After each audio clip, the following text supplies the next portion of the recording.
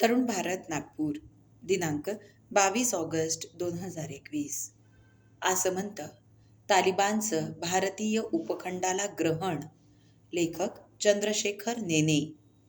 तालिबान या शब्दानं गेले काही दिवस बातम्यांच्या मथळ्यांचा ताबा घेतलाय आणि आता तर असं दिसतंय की त्या संघटनेने जवळजवळ संपूर्ण अफगाणिस्तानचाही ताबा घेतलेला आहे. कोण आहेत हे तालिबान? हा प्रश्न समजून घेण्यासाठी आपल्याला इतिहासात डोकावून पाहायला लागेल. आपला वायव्येकडील शेजारी अफगाणिस्तान हा प्राचीन इतिहासात गांधार या नावाने ओळखला जाणारा प्रदेश होता. महाभारतातील सुप्रसिद्ध गांधारी राणी ही याच प्रदेशातून आलेली होती. तसंच तिचा भाऊ राजपुत्र शकुनी पण इथलाच.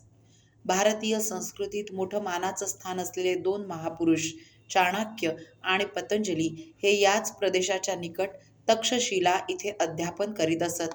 एकेकाळी अतिशय समृद्ध आणि समाधानी असलेला हा प्रदेश आधी बौद्ध झाला आणि पुढे मुस्लिम आक्रमकांच्या ताब्यात गेला. 1001 मध्ये गझनीचा सुलतान मेहमूद याने भारतावर आक्रमण करून पुरुषपूर म्हणजे सध्याचं पेशावर जिंकलं. पुढे अशी अनेक आक्रमणं अफगाण शासकांकडून भारतावर चालूच राहिली. त्यातील शेवटचं अहमदशहा अब्दाली याचं. पानिपतच्या तिसऱ्या युद्धात मराठ्यांचा पराभव झाला हे खरं, पण त्यात अब्दालीच्या सेनेची मराठ्यांनी इतकी हानी केली की त्यानंतर त्याने पुन्हा कधीही हिंदुस्थानवर आक्रमण केलं नाही. उलट त्यानंतरच्या काही वर्षांनंतर महाराजा रणजित सिंह या शीख राजांनी अफगाण सैन्याचा पराभव करून संपूर्ण पंजाब, कटक, पेशावर आणि जमरूद या शहरांसहित मुक्त केला. त्यानंतर ब्रिटिश साम्राज्याने अफगाणिस्तान जिंकून घेण्यासाठी चढाया केल्या, पण त्या अयशस्वी ठरल्या. परंतु ब्रिटिश कूटनीती ही जास्त उपयुक्त ठरली आणि त्यांनी 1893 मध्ये त्यावेळेसच्या अफगाण अमीर अब्दुल रहमान खान यांच्याशी तह करून एक सीमारेषा पक्की केली. हे काम सर ड्युरॉन्ड या ब्रिटिश सनदी अधिकाऱ्याने केलं. त्यामुळे या 2670 किलोमीटर लांबीच्या सीमारेषेला ड्युरॅन्ड लाईन असं म्हणतात. ही रेषा अफगाणिस्तानच्या पठाणबहुल प्रदेशाला दुभागते आणि त्यातील एक मोठा भाग भारतात सामील करून घेते. या भागाचं नाव ब्रिटिशांनी वायव्य सरहद्द प्रांत म्हणजे नॉर्थ वेस्ट फ्रंटियर प्रोव्हिन्स म्हणजे NWFP असं ठेवलं. पुढे 1947 मध्ये फाळणीच्या वेळी हा भाग पाकिस्तानात तिथल्या जनतेच्या आणि त्यांच्या नेत्यांच्या म्हणजेच खान अब्दुल गफ्फार खान सरहद्द गांधी यांच्या इच्छेविरुद्ध पाकिस्तानात समाविष्ट करण्यात आला. सध्या पाकिस्तानने त्याचं नाव खैबर पख्तूनख्वा म्हणजे खैबर पठाणभूमी असं ठेवलेलं आहे. इथे पठाणांची म्हणजे पश्तू लोकांची संख्या मोठी आहे. पाकिस्तानची सध्याची डोकेदुखी तेहरीके तालिबान पाकिस्तान म्हणजे पाकिस्तानमधील तालिबानी चळवळ ही इथेच कार्यरत आहे. ही एक दहशतवादी चळवळ आहे आणि त्यांचं उद्दिष्ट खैबर पख्तूनख्वा पाकिस्तानातून स्वतंत्र करून तो भाग अफगाणिस्तानला जोडण्याचा आहे. याचं कारण म्हणजे पठाण ड्युरांड लाईन मान्यच करीत नाहीत. त्यांच्या मते हा ब्रिटिशांनी केलेला अन्याय आहे आणि हेच मत पाकिस्तान पुरस्कृत तालिबानचं देखील आहे. त्यामुळे वरवर जरी TTP आणि तालिबान हे एकमेकांचे शत्रू दिसत असले तरी तालिबानने काबूलचा ताबा घेतल्यावर तिथल्या तुरुंगात असलेल्या TTPच्या सर्व दहशतवाद्यांची सुटका केली आहे, हे लक्षणीय आहे. दोन्ही तालिबानचं उद्दिष्ट पाकिस्तानचा हा प्रांत अफगाणिस्तानात विलीन करण्याचंच आहे. तालिब या पश्तू शब्दाचा अर्थ विद्यार्थी असा आहे आणि तालिबान हे या शब्दाचं अनेक वचन आहे. ही संघटना मुल्ला ओमर आणि मुल्ला बरादर यांनी आपल्या इतर साथीदारांसहित 1994 मध्ये कंदाहार इथे स्थापन केली. पुढे त्यात पाकिस्तानात निर्वासित झालेल्या अफगाणी आणि पठाणांचा समावेश झाला. हे अफगाणिस्तानातील कम्युनिस्ट राज्यातून पळालेले पठाण निर्वासित पाक अफगाण सीमा भागात पाकिस्तानच्या ISI या गुप्तचर संघटनेद्वारा संचालित मदरशांमध्ये प्रशिक्षित असलेले दहशतवादी तरुण होते. त्यांचाच प्रामुख्याने आणि त्यातही पठाणांचा तालिबानच्या पथकात भरणा आहे. सध्या त्यांची संख्या सुमारे 85,000 असल्याचं सांगितलं जातं. ही सर्व अतिशय कठोर आणि 7व्या शतकातील इस्लाम आणि शरिया कायदे पालन करणारी कट्टर मुस्लिम प्रजा आहे. त्यांचा उद्देश सर्वच देशात असं कट्टर कायदे राबवण्याचा आहे आणि ते अतिशय क्रूरतेनं राबवले जातील याची ग्वाही त्यांच्या आधीच्या अफगाणिस्तानमधील राज्यानं 1996 ते 2001 या वर्षात दिलेली आहे. आता पुन्हा तेच संकट अफगाणिस्तानला घेरतंय. अमेरिकेनं तालिबान सरकारचा 2001 मध्ये पराभव केल्यावर तालिबानचे योद्धे पाकिस्तानात पळून गेले होते. खरं तर अमेरिकेनं त्यांचा पाठलाग करून त्यांना संपवायला हवं होतं. पण त्यांना आपल्या मित्र राष्ट्राला म्हणजेच पाकिस्तानला असं पेचात पाडणं कदाचित अवघड गेलं असेल. त्यामुळे तालिबानचा समूळ उच्छेद झालाच नाही. पुढे ओसामा बिन लादेन हा पाकिस्तानातच अबोटाबाद इथे लपवलेला मिळाला आणि त्या वृद्ध दहशतवाद्याला शेवटी ओबामा यांच्या सैनिकांनी 2 मे 2011 रोजी पकडून ठार मारलं, असं ते फक्त सांगतात, कारण त्याला मारल्याचा कुठलाही पुरावा कधीच सादर झालेला नाही. त्या शूर कृतीनंतर 4 एप्रिल 2012 रोजी ओबामा यांच्या अध्यक्षपदाच्या दुसऱ्या निवडणुकीची मोहीम सुरू झाली. अपेक्षेप्रमाणे ओबामा यांनीही राष्ट्राध्यक्षपदाची दुसरी निवडणूक सहज जिंकली. इतकं होऊन सुद्धा अमेरिकेला पाकिस्तानविरुद्ध कुठलंही पाऊल उचलता येत नव्हतं, कारण त्यांचं मोठं सैन्य अधिक नाटो देशांचं सैन्य अफगाणिस्तानात तळ ठोकून होतं. त्यांना रसद पुरवण्याचा मार्ग केवळ पाकिस्तानच्या मार्गेच शक्य होता. म्हणजे एका अर्थाने अमेरिकेचा हात दगडाखाली अडकला होता. त्यातून सुटण्यासाठी अमेरिकेने अफगाणिस्तानमधून आपलं सैन्य माघारी बोलवण्याचं ठरवलं. ओबामा यांच्यापासून प्रत्येक राष्ट्राध्यक्षाने आपल्या निवडणूक जाहीरनाम्यात असं सैन्य परत बोलवण्याचं आश्वासन दिलं होतं.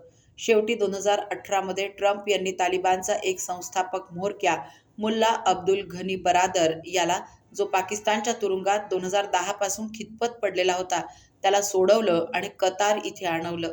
त्याच्याशी वाटाघाटी करून अमेरिकन सैन्य अफगाणिस्तानमधून काढून घेण्याची योजना तयार केली. याच्या बदल्यात तालिबान आणि अफगाणी सरकार यांनी संयुक्त सरकार स्थापण्याचं ठरलं होतं.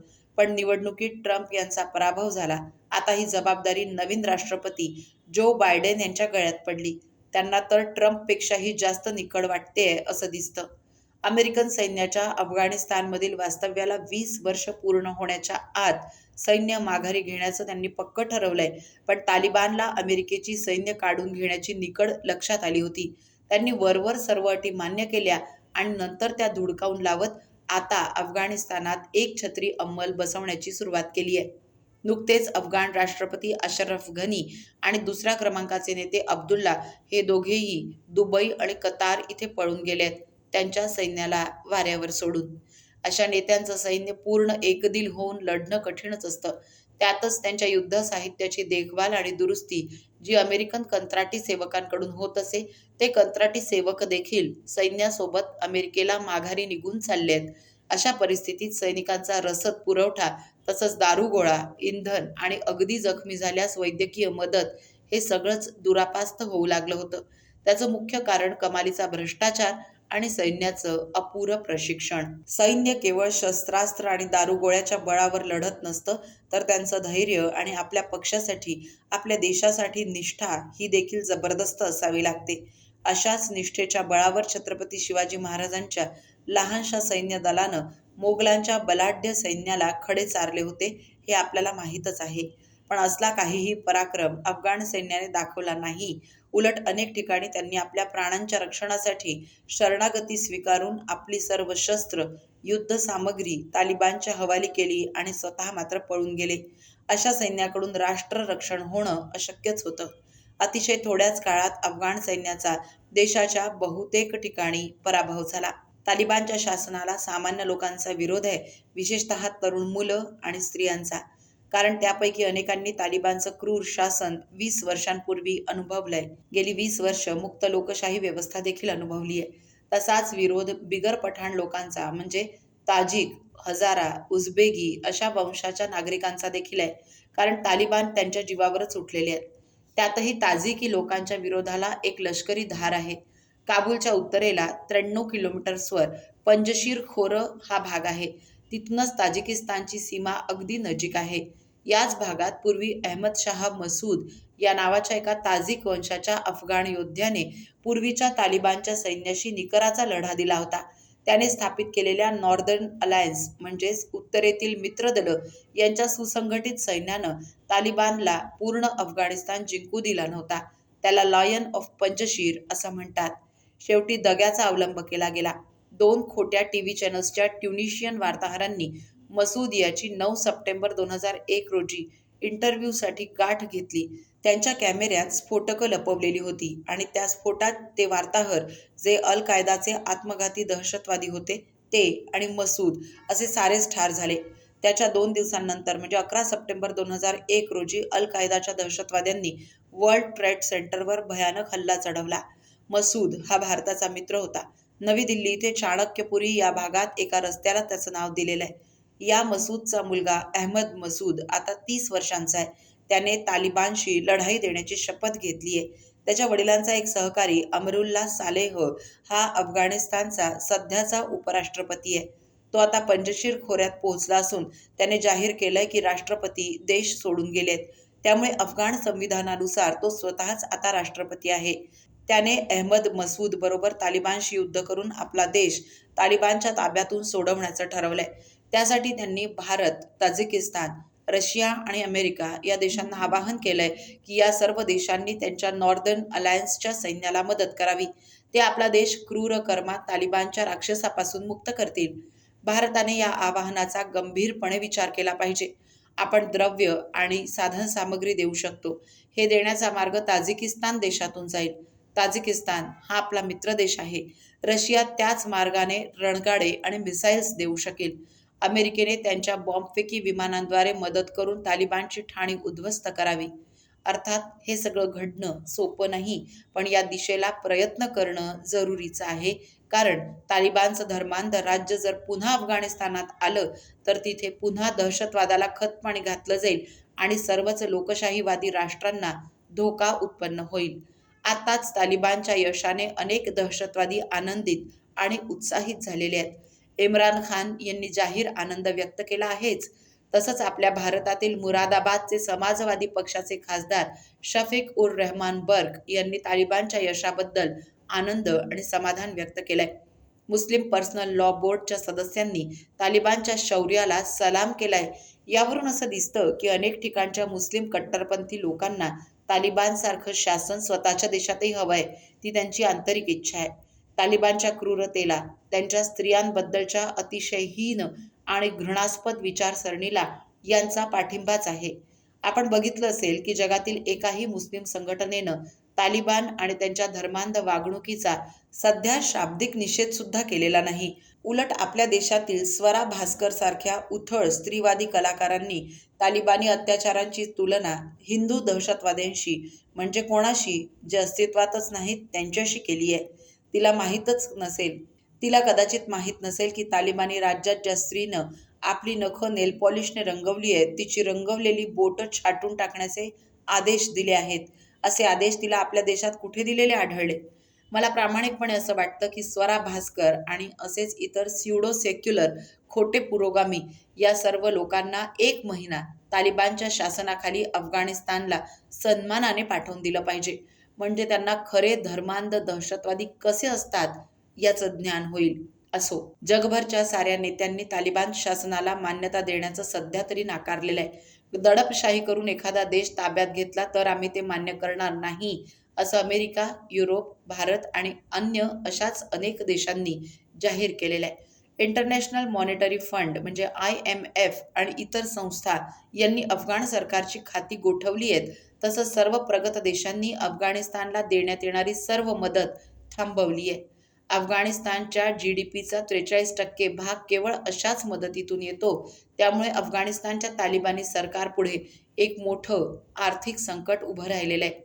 त्यातून ते कसा मार्ग काढतात, स्थानिक लोकांच्या असंतोषाला कसा तोंड देतात की कत्तल करण्याचाच मार्ग चोखाळतात, हे आपल्याला लवकरच दिसून येईल. बहुतेक चीनकडे भीक मागण्यासाठी हातही पसरतील. शिवाय पाकिस्तानच्या सीमेवरील ड्युरांड लाईन पुसण्याचा मनसुबा तालिबान कसा पूर्ण करतात हे देखील पाहणं फार महत्त्वाचं ठरेल. पाकिस्तानात आता लवकरच हजारो अफगाण निर्वासितांचे लोंढे येऊ लागतील. आधीच त्यांच्या देशात आर्थिक संकट आहे, त्यात या पठाणांमुळे कायदा आणि सुव्यवस्था धोक्यात येईल. या आव्हानाचा सामना इम्रान आणि जनरल बाजवा कसं करतात हे लवकरच कळेल.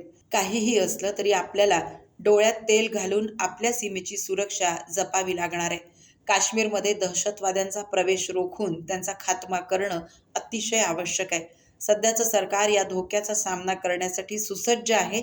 आता आपल्याला अफगाणिस्तानमध्ये काय डावपेच लढवायचे आहेत त्याची तयारी करावी लागेल.